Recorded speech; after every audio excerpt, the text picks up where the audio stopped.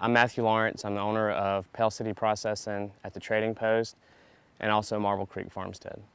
So Marble Creek Farmstead is a 45-acre family farm located in Sylacauga. We raise 8 species of animals on pasture in rotation.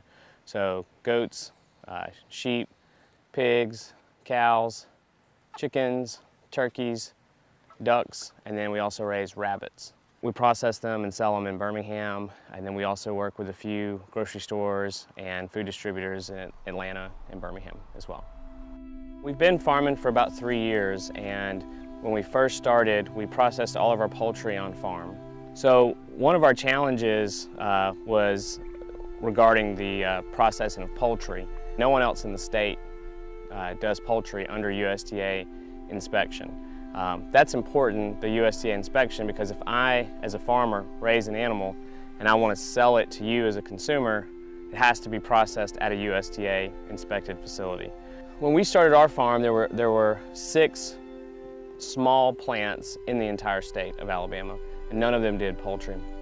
And so we did ours on farm under the USDA exemption. You can do up to 1,000 chickens a year slaughtered on your own farm, as long as they're done under sanitary conditions. While that's true, there was some ambiguity with enforcement with the state as to what that meant and what that process should be. It just wasn't clear. It's really kind of challenging for farmers to figure out that. Last year we processed right at 1,000 broilers on our farm, so we were right up to the exemption, and we were sold out of chicken a good bit of the year. We also had a lot of interest from restaurants and wholesale channels, which are important for small farmers to grow, to have access to those markets. In order for us to meet the demand of our customers, we needed an option for USDA inspected poultry. This facility went out of business. It was going to be shuttered, and the state asked us to come look at it. So we did. Since we were interested in poultry, they thought it might be a good place for us to do that. The facility could have a great economic impact on our area because the farmers that use our plant may not have to travel as far. For example, a poultry farmer who's doing broiler chickens won't have to go to Kentucky, Tennessee, or Florida, or wherever there is a USDA inspected facility if they want USDA inspected chicken.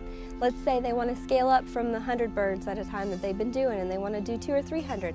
They can scale up. So that'll increase the local meat sales. It'll help local farmers. It could create jobs. It's going to create jobs on our own farm. We're going to start hiring a poultry manager just to do these birds because we've increased our capacity. The farmers that we work with, most of them are really happy with what they're getting. They're really enthusiastic. It's helping them grow their business.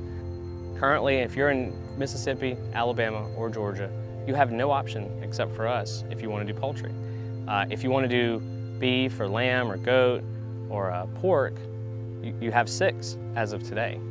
And so that is not a lot of options. And we feel like, if you're interested in meat that's raised out on pasture, that's fed a non-GMO feed, that's rotated around, that where if you care about the way your sausage and bacon and hot dogs are made, if you want that stuff to be made without weird ingredients that you can't pronounce, we're really your only option for that currently. And so if you support that type of food system, helping us out helps us build it. Our first ask is for help with our day-to-day operations. After that, there's some specific equipment that will really improve our ability to meet the demand for poultry processing. And so that equipment's not cheap. So we've outlined in our budget those items in an order that shows the ones that are most important and the impact we think that they can have on the business. And then finally, our last goal, which is kind of our going for it all goal, is what I referred to earlier, which is the full build out of 2 separate lines, one for poultry, one for red meat and swine, and that allows us to operate both of those 4 days a week.